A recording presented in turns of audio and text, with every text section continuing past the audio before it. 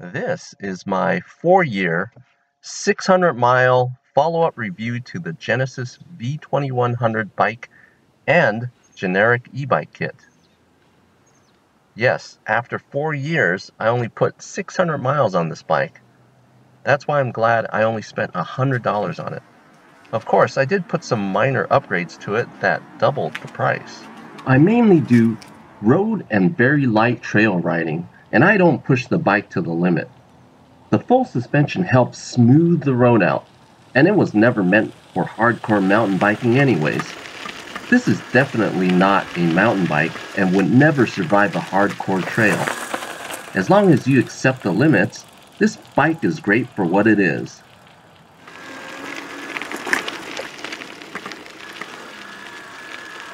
So overall, I really like this bike and have spent zero in maintenance and repair. Let's show the front end of the bike.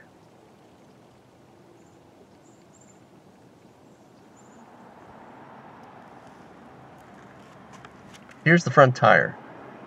Still has plenty of life to it. Based on my usage, I figure I can do another 600 miles on it. Let's look at the front disc brake. It's doing fine.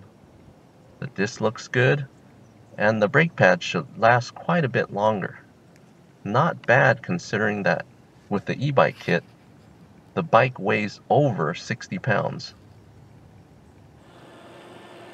Braking power is decent, however, it's easy to lock up the rear tire.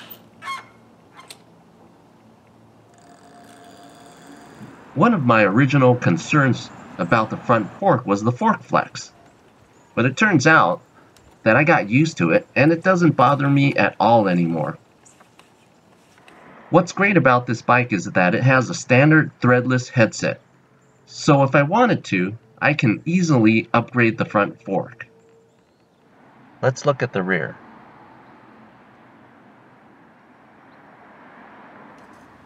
As you can see, the tire is completely worn.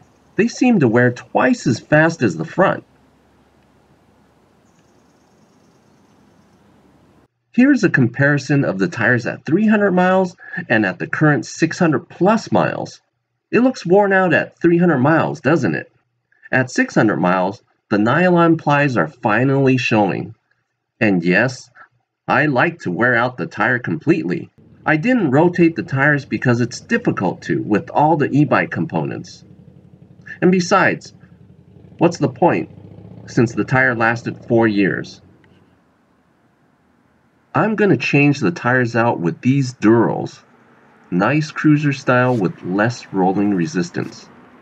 I spent $50 on the set, not including the inner tubes. If I replace the inner tubes, it'll be another $20 to $30. Now that I think about it, considering that I bought the bike for only $100, maybe I should have bought another new Walmart bike just for the parts. It probably would have been cheaper, or the cost the same. Here are the rear V-brakes. There's quite a bit of wear, but still plenty of life to them. I'm not changing them anytime soon. The rear suspension works as expected. No complaints here.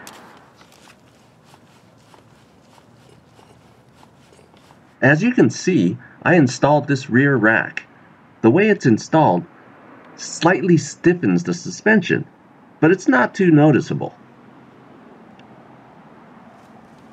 I searched quite a bit for a rack for a full suspension bike, and they really don't have good, inexpensive ones. And I don't like the ones that connect to the seat post because they look bulky and seem kind of weak. I ended up with this one for $20, and it looks and works well, but took some modifications to make it fit. Let's look at the Shimano derailleur. To be honest, since I mostly use electric power, I keep it at high gear most of the time. And same with the front. One thing I would have wanted, however, are trigger shifters instead of twist shifters. These work fine, I just think trigger shifters are easier. So let's look at all the upgrades and accessories I've added, most of which were from eBay and Amazon. I have a nice cushy seat with a lightweight aluminum seat post. Well-go folding pedals, which saves space and makes it more convenient to mount the bike on a rack. Ergonomic handlebar grips. A storage case to hold all the e-bike cables. A front headlight. A kickstand that doesn't have pedal strikes. And finally, the biggest upgrade is the 48-volt 1000-watt e-bike kit. The e-bike kit is generic. Just do a search on eBay for e-bike kit. All the cheaper ones are pretty much the same. I decided on a rear e-bike kit with an LCD screen, which cost a bit more. It came with a 7-speed cassette, which matched my existing wheel I was replacing, so no modifications necessary. This also came with a tire, but I switched it out with the original bike tire. You'll notice that I added these torque arms on both sides. I consider them mandatory for safety. The bike dropouts just can't handle the stress of 1000 watts without them. I ended up running the cables internally, which made it look better. So here's the controller. All the cables home run to this. I originally had the controller inside the storage bag, which made the bike look stealthy and purpose-built. Unfortunately, when riding, especially at full power, it easily overheated. I literally had wires melt. Luckily, there was no permanent damage. So I decided to move it down here, which is an ideal spot. It gets plenty of air cooling, and the bike frame acts like a heat sink. The storage case now only holds the excess cable.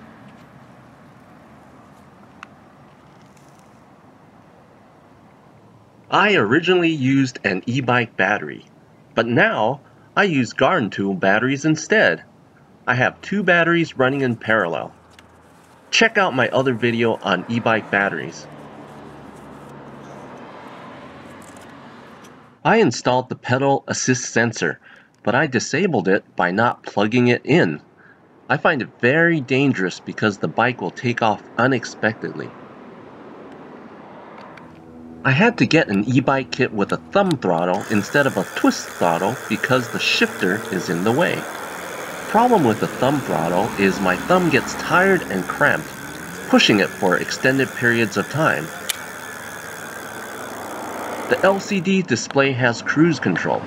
If you push the C button, it toggles the headlight, but if you hold down the C button, the cruise control engages.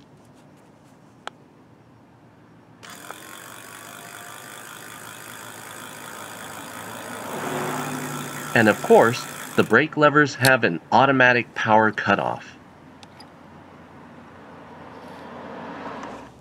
And finally, this motor has a slight but noticeable drag. From what I understand, it's pretty typical for these larger electric motors. However, it could affect range. I typically get 10 miles range on an 8 amp hour battery and 12 to 15 miles on a 10 amp hour battery. I ride a lot of hills. I haven't done actual range testing, but keep in mind that flat surfaces and slower speeds increase range immensely.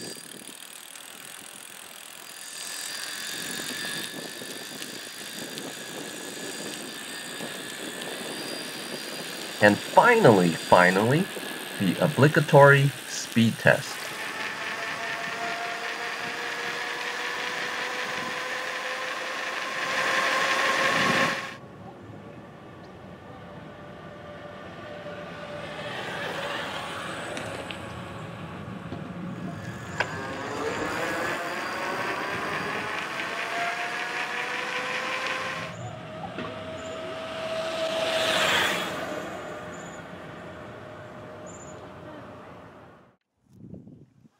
So there it is, my 4-year, 600-mile follow-up review to the Genesis V2100 bike from Walmart and 48-volt 1000-watt e-bike kit from eBay.